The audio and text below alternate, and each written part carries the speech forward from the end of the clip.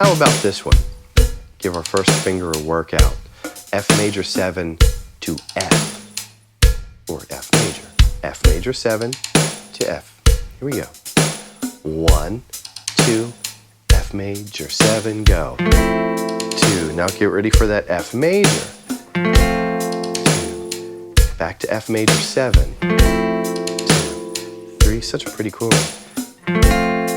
Strumming the top 4 strings only. 2, 3, 4, F major. Back to F major 7. 2, back to F major. There's a little wiggling that happens. That's okay. 3, 4. We want to hear all of those strings resonate. 2, ring freely.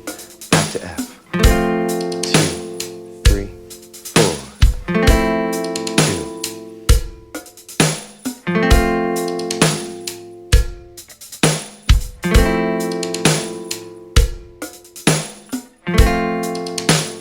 3,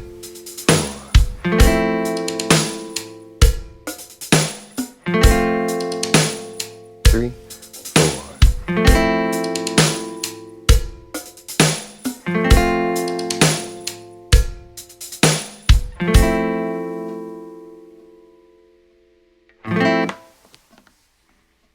Nice.